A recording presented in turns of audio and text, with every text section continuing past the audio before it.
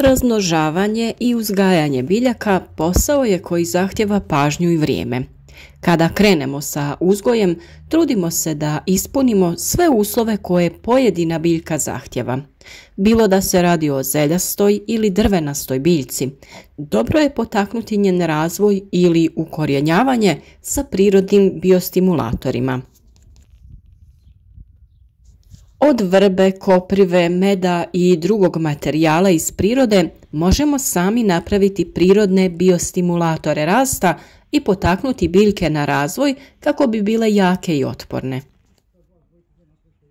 Mnogo smo pričali o uzgoju biljaka iz sjemena, uzgoju biljaka iz reznica te njihovoj prihrani. Danas ćemo reći kakve to sve prirodne stimulatore možete sami napraviti. Ukoliko želite vidjeti još sličnih savjeta, zapratite naš kanal i budite dio naše zajednice u kojoj uzgajamo voće i povrće i sve naše savjete svakodnevno dijelimo sa vama. Kako bi dobili obavijesti kada objavimo novi video, kliknite na znak zvonca. Biostimulatori ili regulatori rasta su materije koje potpomažu rast i razvoj gajenih biljaka.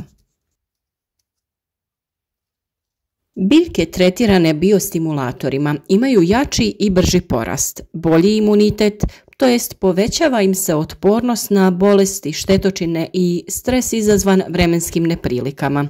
Također povećava se prinos, plodovi su kvalitetniji i odlikuju se dobrom sposobnošću čuvanja nakon berbe. Biljke se bolje ukorjenjuju, bolje podnose presađivanje. Sam proces ukorijenjavanja biljaka znatno je brži kada se koriste prirodna sredstva koja jačaju biljku kako bi ona pustila korijen i nastavila sa razvojem. Prvi i vrlo popularan rastvor pravi se naravno od koprive. Ona ne samo da je jako zdrava u jačanju ljudskog organizma ukoliko se koristi u ishrani, nego je najbolja u prihrani i zaštiti naših biljaka. Kopriva je biljka koja se koristi za izradu hranjiva, izradu pripravaka za zaštitu biljaka, ali može da se koristi i kao stimulator rasta. Dovoljno je uzeti samo malu šaku osušene koprive i potopiti u 1 litru vode. Potopljena kopriva se ostavi oko 10 dana, a dobijeni rastvor se razredi sa vodom u odnosu 1:3. Ovaj će rastvor osigurati porast mladih biljaka i povećati otpornost prema bolestima i štetočinama, kao što su zelene lisne uši. O tome kako se kopriva koristi kao hranjivo i insekticid imate poseban video na našem kanalu, pa pogledajte detaljne upute kako se priprema i koji omjer se koristi. Jer vrlo je važno da se pravilno koristi jer prevelike ili prejake količine mogu naštetiti biljkama.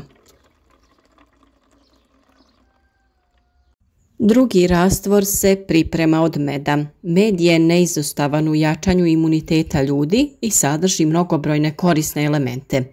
Upravo zato idealan je za korištenje u jačanju naših biljaka. Jednostavna je priprema. U pola litre tople vode rastvorite pola kašičice pravog prirodnog meda. Za bolje ukorijenjavanje reznice držite u ovom rastvoru do 6 sati, dok se lučice i lukovice drže potopljene od 1 do 12 sati u zavisnosti od njihove veličine. Nakon potapanja nije potrebno ispiranje ili brisanje sadnog materijala. Kada se radi o drvenastim reznicama, njih možete lagano umočiti u med i stavljati u pripremljene rupe u zemlji, to jest u posudi sa supstratom, kako med ne bi spao prilikom utiskivanja sadnica u zemlju. Vrba je biljka koju čovjek od davnina koristi kao biostimulator. U proljeće, kada su njene grančice prepune sokova, dovoljno je te grančice vrbe potopiti u vodu i čekati. Naime, kada grančice počnu da puštaju korijenje, a voda u posudi dobije smeđkastu boju, voda je spremna za upotrebu. U ovu vodu može se potapati sjeme, reznice, lukovice, krtole. Dovoljno je 5 do 7 sati da bude potopljeno. Nakon tog vremena grančice vrbe nije potrebno vaditi iz vode ili posude u koju ste ih stavili. Možete ih ponovno naliti vodom i ostaviti 7 dana i može se ponovno koristiti. Ukoliko se dogodi da je voda nešto tamnija i malo ljepljiva, može se razblažiti sa vodom u odnosu 1:1. Sve o detaljnom postupku pripreme ovog čaja od vrbe, koji je odličan biostimulator, možete već potražiti na našem kanalu. Aloe vera je jedna od najzdravijih biljaka koje se koristi kako u farmaceutskoj, tako i u kozmetičkoj industriji. O njenom uzgoju i dobrobitima imate poseban video na našem kanalu. Aloe vera je odavno u upotrebi kao prirodni biostimulator. Kao što je izuzetna u medicini i kozmetici, tako je izuzetno djelotvorna i u poljoprivredi kao biostimulator. Potrebno je uzeti staklenu teglu i kašiku soka od aloe vere te rastvoriti to u 250 ml tople vode. Poklopite i ostavite 7 dana na tamnom i hladnom mjestu. Nakon tog perioda sadržaj razrijedite sa vodom da ukupno dobijete 5 litara rastvora. Reznice za ožiljavanje držite potopljeno u ovom rastvoru do 6 sati, a lukovice do 12 sati u zavisnosti od njihove veličine. Nakon toga sadni materijal nije potrebno prati niti brisati.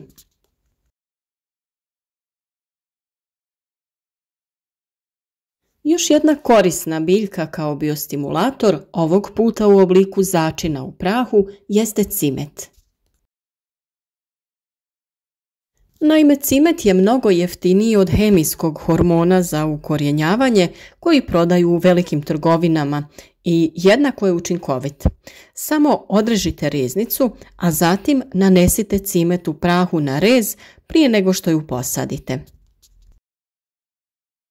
Kod ovakve upotrebe bilo kojeg biostimulatora koji je u praškastom stanju, bitno je da sa nekim pomagalom napravite prostor u koji ćete staviti reznicu, jer ukoliko bi ju utiskivali u zemlju, cimet bi spao i ne bi odradio svoju zadaću. On je vrlo koristan i u borbi protiv gljivičnih oboljenja biljaka, protiv neželjenih insekata koji se skupljaju na vlažnim područjima zemlje oko biljke, te se može koristiti na više načina. O toj temi naravno također imate poseban video koji možete potražiti na našem kanalu. Sa svim ovim pomenutim rastvorima možete zalijevati vaše mlade presadnice, zalijevati biljke nakon presađivanja na stalno mjesto, tretirati reznice kako bi potaknuli njihov rast, ali i zalijevati biljke koje su nastradale zbog temperaturnih oscilacija ili samo trebaju onaj poticaj za oporavak.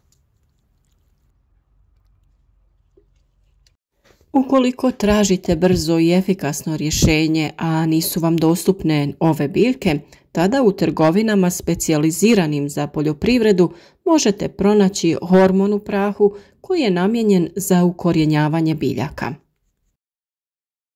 Njega možete koristiti na način da na donju stranu reznice nanesete prah i stavite biljke u pripremljeni supstrat. Na taj način ćete potaknuti ukorjenjavanje i brži nastavak rasta vaših presadnica. Mi smo ga koristili kod reznica vinove loze, lavande, ružmarina i sve biljke su razvile korijen i sada su kvalitetne presadnice. Kod jednog dijela presadnica ružmarina koristili smo ovaj čaj od vrbe i uvjerili se u njegovu djelotvornost i u ovom slučaju. Ako su vam ovi savjeti bili korisni, nemojte otići. Razgledajte još savjeta na našem kanalu koje nesebično svaki dan dijelimo. Ako vam se i ostali videi sviđaju i budu vam od koristi, zapratite naš kanal kao podršku našem radu. U komentarima smo uvijek dostupni za odgovore na sva vaša pitanja, a možete nam se javiti i sa nekim vašim idejama ili samo da nas pozdravite, to nam je uvijek drago.